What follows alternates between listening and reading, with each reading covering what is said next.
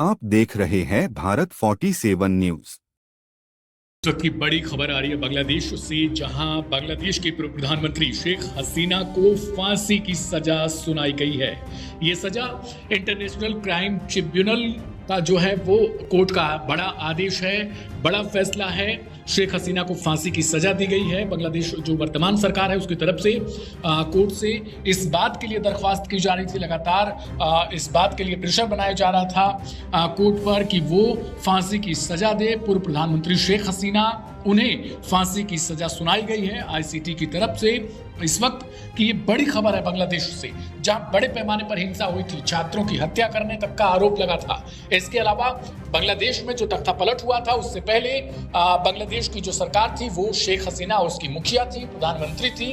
उन पर तब से दबाव बनना शुरू हुआ था जब से हालिया जो आम चुनाव हुए थे बांग्लादेश में, उसमें जब से प्रधानमंत्री शेख हसीना को एक मैंडेट मिला था, उसके बाद से जो विपक्ष था और तमाम जो दल थे, इसके अलावा कई संगठन थे, छात्र संगठन थे, वो शेख हसीना की सरकार पर प्रेशर बना रहे थे, वो उग्र होते जा रहे थे। जिसके बाद शेख हसीना की सरकार ने कड़ा एक्शन लेने के लिए जो है वो फैसला लिया था। इसके बाद जो मौतें हुई उसे लेकर जिम्मेदार शेख हसीना को माना गया।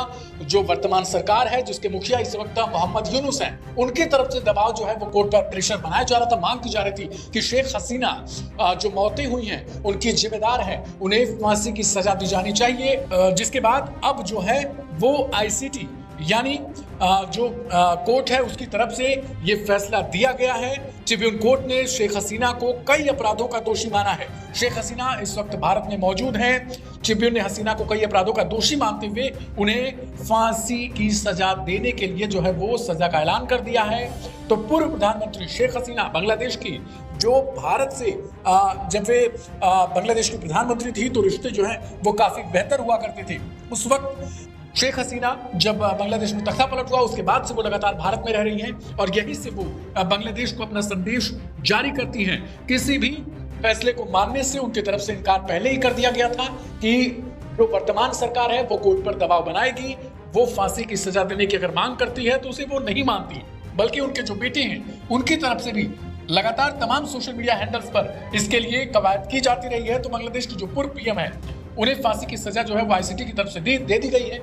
अब देखना ये होगा कि शेख हसीना का होगा क्या, क्योंकि वो भारत में इस वक्त मौजूद हैं और बांग्लादेश की जो वर्तमान सरकार है उसकी तरफ से लगातार भारत सरकार से ये गुजारिश की जाती रही है कि वो प्रत्यर्पण को मंजूरी दे, जो शेख हसीना है उन्हें सौंप दिया जाए बांग्लादेश को। लेकिन भारत की तरफ से इस पर कोई फैसला नहीं लिया गया था।